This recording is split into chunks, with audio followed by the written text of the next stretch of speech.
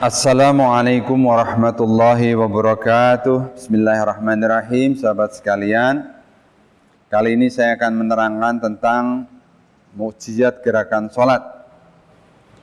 Sholat adalah satu-satunya ibadah yang tidak ditinggalkan dalam kondisi apapun, kecuali seseorang yang sedang mengalami hadas.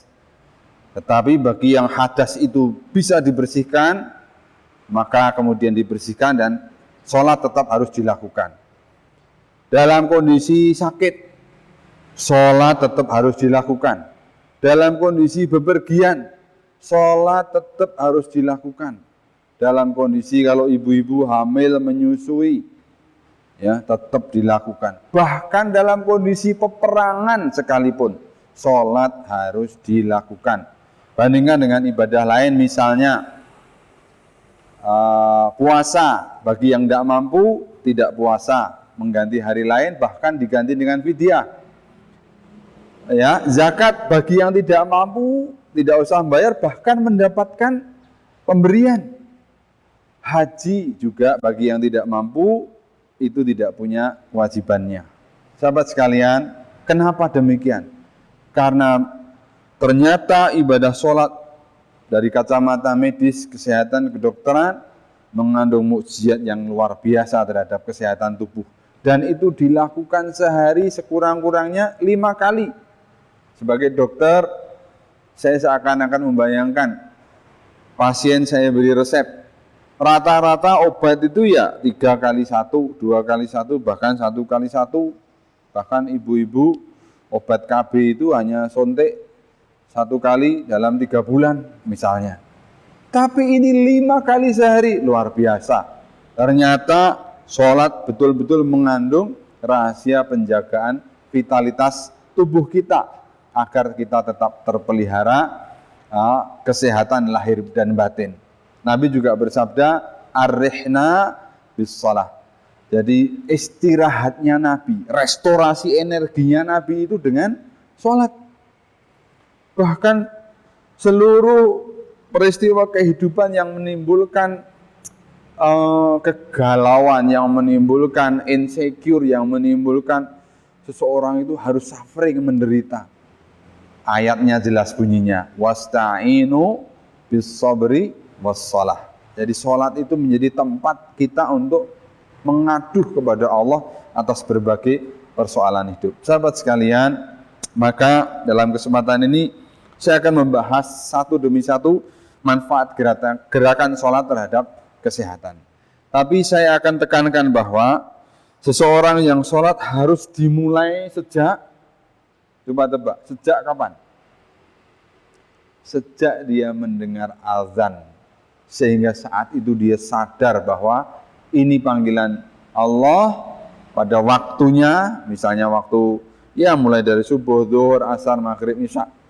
Kemudian saya harus menghadapnya dengan cara saya mensucikan diri, berwudu, berpakaian, menutup aurat, kemudian menghadap kiblat dan menentukan sajadah kita. Sahabat sekalian, sajadah, yakni tempat kita bersujud. Benar-benar hitungannya orang sholat itu ketika kemudian dari berdirinya kemudian sampai sujudnya, karena sujud ini luar biasa.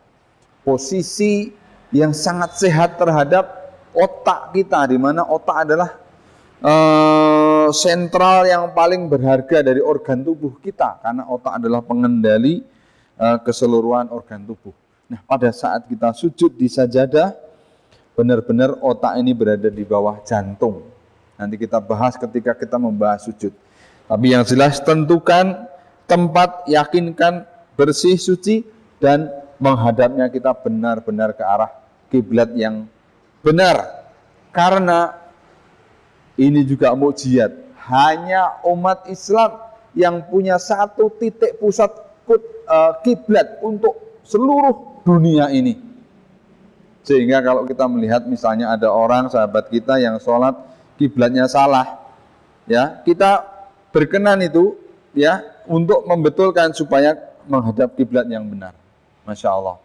Demikian sahabat, mari kita lihat satu demi satu hikmah manfaat gerakan sholat ditinjau dari sisi ilmu kedokteran dan kesehatan. Bismillah, sahabat sekalian, kita lihat sekarang gerakan pertama, yakni berdiri.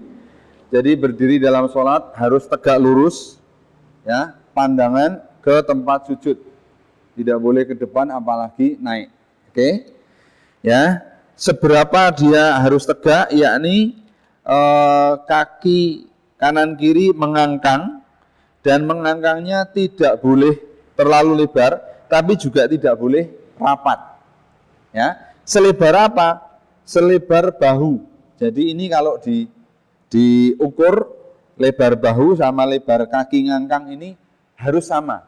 Kenapa demikian? Supaya kalau kita sholat berjamaah, nah ini lihat, saya juga mengangkang selebar bahu saya, ya. Kemudian yuk takbiratul ihram, Allahu Akbar.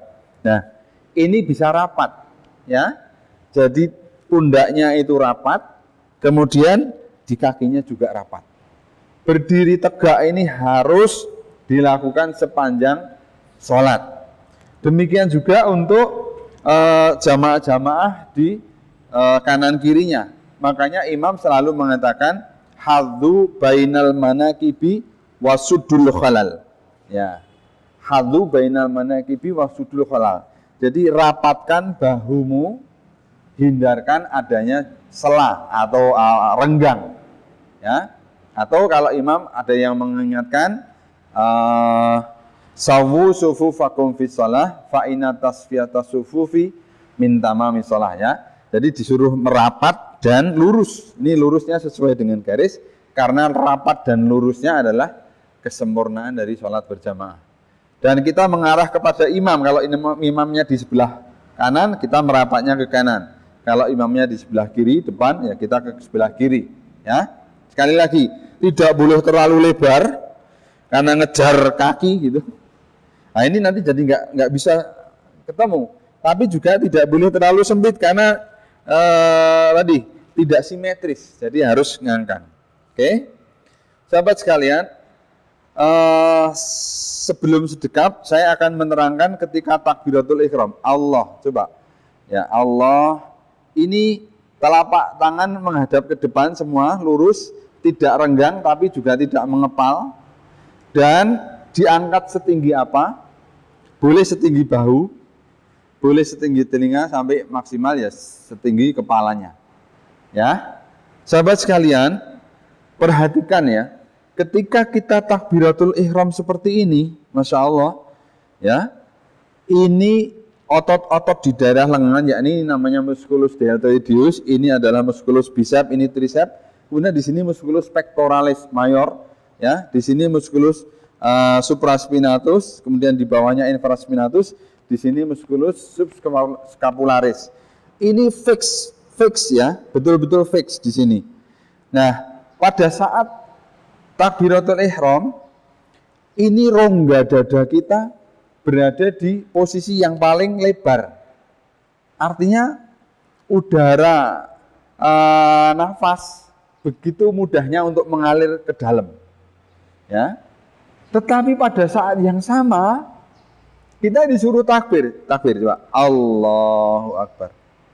Kita disuruh takbir, padahal untuk takbir itu mengeluarkan suara. Mengeluarkan suara artinya udara juga harus dihembuskan. Apa maknanya? Ketika rongga dada melebar lagi, tapi disuruh takbir, berarti yang bergerak adalah sekat rongga badan yang membatasi antara rongga dada dan perut. Masya Allah, subhanallah. Artinya apa? Baru gerakan begini saja, Allahu Akbar, ini sudah seakan-akan organ dalam kita ini disuruh olahraga juga. Masya Allah. Inilah mukjizat yang harus diungkap, yang umat Islam harus paham, bahwa sekedar takbiratul ihram dengan mengucapkan, makanya harus diucap. Jadi sahabat tolong ya, ini kalau ada yang masih keliru, sholat sepanjang sholat dia diem aja, terus kalau ditanya kok nggak doa, saya batin. Enggak. Sholat itu harus mengucap, meskipun ucapannya tidak berbunyi suara, tapi mendesis atau membisik. Itu tujuannya supaya udara keluar. Ini loh, sekat rongga badan ini bergerak. Allahu Akbar. Nah, sekarang sahabat lihat ya. Tangan kanan diletakkan di atas tangan kiri dan keduanya ditempelkan di dada. Dada loh ya. Coba perhatikan. Dada artinya bagian tubuh depan kita yang ada tulangnya. Mulai dari bawah leher sampai ulu hati. Ya, yadahu fi sodrihi, ya kan begitu. Diletakkanlah tangan itu di atas dada. Nah, tapi betapa banyaknya orang yang ya agak bermalas-malasan, ya kurang sempurna, dia ditaruh di bawah. Ya, ini bukan dada, ini perut. Kalau dada harus diangkat. Nah, ketika diangkat lagi-lagi, ini fiksasi dari pundak oleh otot-otot yang tadi saya sebut, ini tetap memelihara rongga dada dalam keadaan longgar. Masya Allah. Jadi oksigenasi tubuh kita betul-betul sangat maksimal ketika kita sedang menjalankan sholat. Bismillahirrahmanirrahim, sahabat sekalian. Lanjutan gerakan sholat adalah ruku. Kita mulai Allahu Akbar.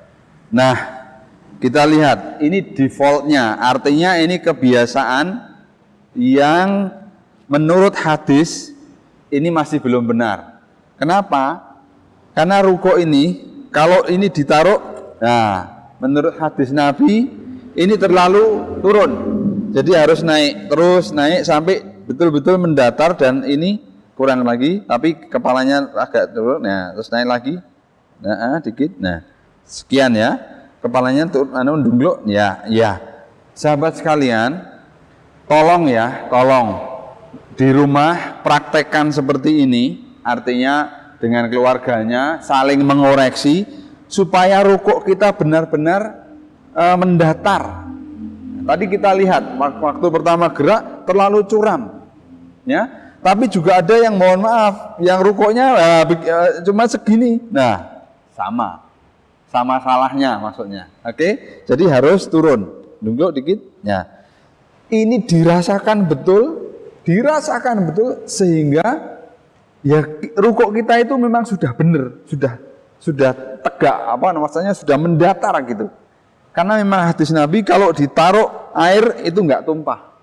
Ya. Nah, sahabat bisa perhatikan ya, default saya kalau rukuk Allahu Akbar. Nah, jadi saya sudah punya namanya propriosepsi, yang mana saya itu sudah mendatar gitu. Ini juga pakai latihan. Ya. Karena kalau enggak kecenderungannya lebih curam atau sebaliknya enggak sempurna. Ya, jadi harus datar. Oke? Kemudian bangun. Sami Allahu liman hamidah. Ini juga bangunnya harus sampai berdiri tegak. Karena bisa terjadi itu ketika tadi rukuk, yuk Allahu Akbar, itu ketika i'tidal itu Sami Allahu liman hamidah itu belum sempurna berdiri tegak, dia langsung nyambung untuk gerakan sujud. Nah, ini kan nggak benar juga. Jadi Sami Allah harus kembali tegak, karena namanya i'tidal, kembali berdiri tegak. Rukuk lagi, Allahu Akbar. Coba kita cek. Nah, ini sudah terkoreksi dari yang tadi terlalu curam, ini sudah terkoreksi. Dungluk dikit. Nah, seperti ini. Pandangan tetap ke tempat sujud. Sahabat sekalian, ketika posisi seperti ini betul-betul menyangga di sana, ini ditaruh aja, biar seakan-akan kayak mau terperosok ke depan, karena sedang terjadi efek peregangan dari ruas-ruas tulang belakang. Nah, efek peregangan ini sangat penting supaya tubuh kita tidak mengalami kondisi yang namanya saraf kejepit. Ya, karena saraf kejepit terjadi akibat tulang-tulang belakang itu saling berhimpit. Nah, lakukan rukuk ini dengan tumak ninah supaya efek peregangannya betul-betul terjadi. Ini kalau nanti dilatih terus sampai betul-betul mendatar, lengkungannya itu hilang. Kalaupun ada lengkungan bagian di sini itu lebih lengkung dan di sini itu naik gitu. Makanya sekali lagi lakukan gerakan sholat secara sempurna. Demikian, semoga bermanfaat. Bismillahirrahmanirrahim. Gerakan berikutnya adalah sujud, ya. Allah, yuk. Perhatikan sahabat sekalian, perhatikan. Ya. Coba diulang, naik lagi. Ya. Naik. Perhatikan betul. Allah, ya. Allahu Akbar. Turun, merendah, tangan sampai di lantai, kemudian disusul lutut, tangan maju, kemudian dahi menempel. Terus perhatikan sahabat, ini paha tegak, bukan pantat yang ditaruh. Kemudian ketiak terbuka dan siku diangkat dari lantai. Kemudian dahi menempel. 1, 2, 3, 4, 5, 6, 7. Jadi 7 anggota badan menempel saat sujud. Ya, ini merapat, ya, dan yang menempel adalah ujung-ujung dari pangkal jari kaki. Oke. Nah, lihat meluncurnya punggung ini, efeknya sama dengan ketika saat kita melakukan ruku. yakni efek peregangan terhadap saraf-saraf tulang belakang, ya. Nah, ini dipertahankan, syukur bisa sampai 9 detik. Kenapa? Karena di angka 9 detik itu tadi yang saya bilang, jantung itu mengalirkan darah ke otak, di mana otak itu adalah bagian tubuh yang sebetulnya tidak punya pembuluh langsung ke bagian-bagian kecilnya otak, di dalam otak. Tapi pada saat seperti ini, merembesnya aliran itu betul-betul bisa mencukupi secara optimal terhadap peredaran darah di otak. Belum lagi pelatihan atas elastisitas pembuluh darah otak, ya, karena debit darahnya itu sangat besar pada saat posisi otak berada di bawah jantung. Lakukan dengan sempurna, insya Allah sujud kita akan bermanfaat secara jasmani dan secara rohani. Semoga bermanfaat. Terima kasih. Bismillahirrahmanirrahim. Sahabat sekalian, gerakan terakhir adalah duduk dan salam. Perhatikan, badan tetap tegak ketika duduk, terus telapak tangan ada di paha, ya. Kemudian ini lihat, telapak kaki kanan ditegakkan, ya, sementara telapak kaki kiri diduduki. Ini namanya, orang sering menyebut tahiyat awal, ya. Nah, sebetulnya bahasa Arabnya itu ini namanya duduk iftirosh, ya, iftirosh, telapak kaki kiri diduduki. Tetapi untuk sholat yang 2 kali tahiyat, coba yang telapak kaki kirinya ditaruh di bawah betis kanan, ini tetap tegak, ditegakkan lagi, betul-betul tegak. Oke. Nah, sehingga pantatnya ditaruh di lantai. Ini yang namanya duduk tawaruk, ya. Dari kata warikun itu artinya pantat. Nah, tidak perlu mengleng-mengleng, ya, apa namanya? Kepalanya itu tetap kita tegak, ya, tetap tegak. Sahabat sekalian, Masya Allah, ya, saat seperti ini saya melihat ini rongga paru-paru yang mana salurannya itu biasanya yang kanan itu curam, ini menjadi sedikit mendatar dan menjadi simetris kanan kiri. Biasanya begini, tapi karena ini posisinya menjadi tawaruk, itu jadi seimbang. Terus lever juga keangkat ke atas, ya. Ginjal sebelah kanan juga jadi ke atas, jadi seimbang, Masya Allah, ya. Ini paling tidak menjelaskan kenapa sih duduknya mesti seperti ini, gitu, ya. Jadi ternyata tubuh kita itu, ya, meskipun kanan dan kiri itu tampak simetris, tapi ada unsur di dalam yang memerlukan gerakan seperti ini, Masya Allah. Kemudian ketika salam, coba nengok ke kanan, Assalamualaikum. Sahabat sekalian, perhatikan, betul-betul pipi harus terlihat dari belakang, ya. Sebelah kiri sama, pipi harus terlihat dari belakang, ya. Nah ini juga Masya Allah, leher ini adalah relay ya, jadi jalur-jalur urat saraf ya, sumsum belakang yang menghubungkan, kalau bahasa komputer itu CPU ya, CPU, otak dengan seluruh perangkatnya yang ada di tubuh kita, baik itu perangkat gerak ya di tulang dan otot maupun perangkat organ dalam ya, sebagai generator dari tubuh kita ya, jantung, hati, ginjal, kemudian usus dan lain-lain. Demikian, semoga bermanfaat. Terima kasih.